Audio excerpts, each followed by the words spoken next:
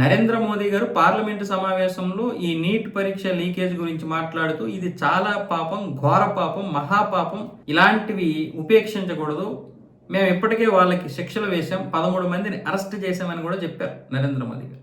దీనికి చాలామంది దొంగలు పడ్డ 6 నెలలకి కుక్కలు మురిగాయి అన్న విధంగా చాలామంది మాట్లాడుతున్నారు.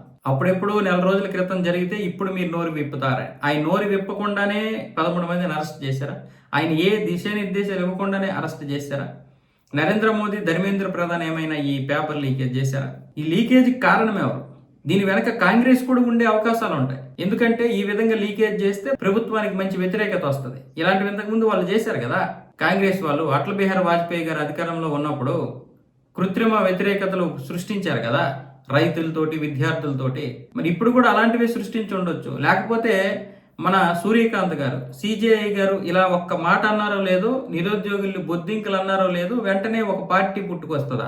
ఈసీ అనుమతి లేకుండా ఒక పార్టీ పుట్టుకొచ్చి దానికి 2 కోట్ల మంది ఇదేలా వస్తారు ఫాలోవర్స్ ఒక్కసారిగా? ఇదంతా పక్క ప్లాన్ తో జరిగింది. లేకపోతే నీట్ పరీక్ష లీక్ గురించి చేసినటువంటి ధర్నాలో రాముల వారిని, సీతమ్మ వారిని, ఆంజనేయ స్వామిని, జమ్మూ కాశ్మీర్ని, లద్దాఖ్ని, 7 సిస్టర్ని ఎందుకు తీసుకురావాలి?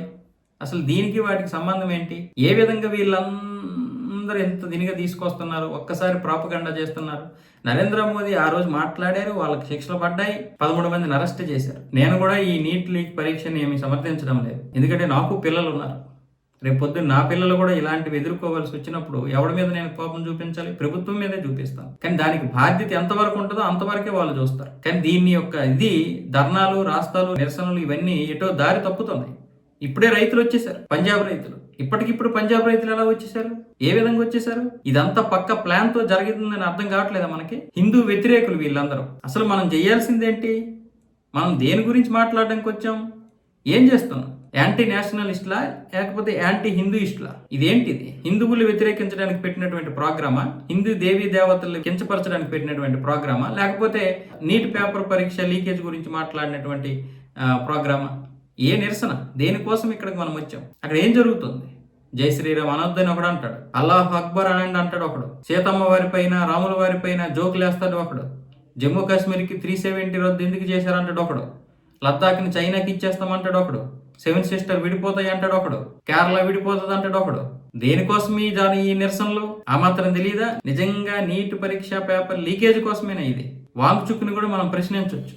వీళ్ళందరూ ఉగ్రవాదులతో చేతులు కలిపి దేశాన్ని ఈరోజు అల్లకొల్లను సృష్టించాలని చూస్తున్నారు. ఈరోజు ఎంతో మంది వీళ్ళని చూసి అయ్యయ్యో ఈ పిల్లలు కొట్టేస్తున్నారు పోలీసులని ఎంతో మంది నొచ్చుకుంటున్నారు. ఆ నొచ్చుకోవడం వెనక నిజంగానే మనం కూడా కరిగిపోతాం. కానీ వాస్తవంగా వీళ్ళు నిజంగా భగత్ సింగ్ యొక్క వారసులంట.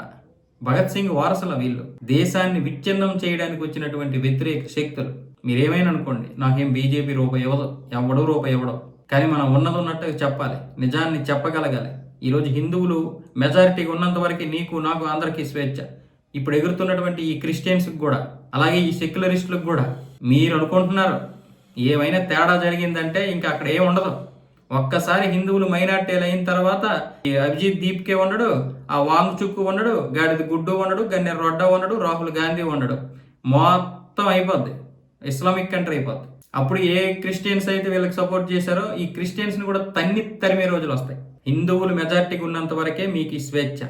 అదే మీరు ఏ ఇస్లాం కంట్రీలో ఈ విధంగా ధర్నాలు చేయండి, మిగతా ఏ దేశాల్లోనే ఇలా చేయండి, కుమ్మి పడేస్తారు, తొక్కిపడి నారదీస్తారు. ఇది సెక్యులర్ దేశం ఉందని కాదు, ఇక్కడ హిందువులు అధికంగా ఉన్నారు కాబట్టి ఈరోజు సెక్యులర్ దేశంగా ఉంది. హిందువులు నాకెందుకులే అని పట్టించుకోవట్లేదు కాబట్టి. లేకపోతే మీరు ఆ రోజు రాముల వారిని, సీతమ్మ వారి మీద జోకేసినప్పుడే నరికి పోగిలెట్టేయాలి ఒక్కొక్క లంజా కొడకల్లారా. మీకు ఏంట్రా ఇక్కడ పని? మీరు దేనికోసం వెళ్ళారు? నీటు పరీక్ష పేపర్ లీకేజ్ కోసం వెళ్ళారా? గాడిద ముండా కొడకల్లారా. దాని మీద చెయ్యండి. మీరెవడరా రాముల వారిని, సీతమ్మ వారిని అవమానించడానికి, వాళ్ళ మీద జోకులు వేయడానికి, ఆంజనేయ స్వామిని అనడానికి? చెత్తనా కొడకల్లారా.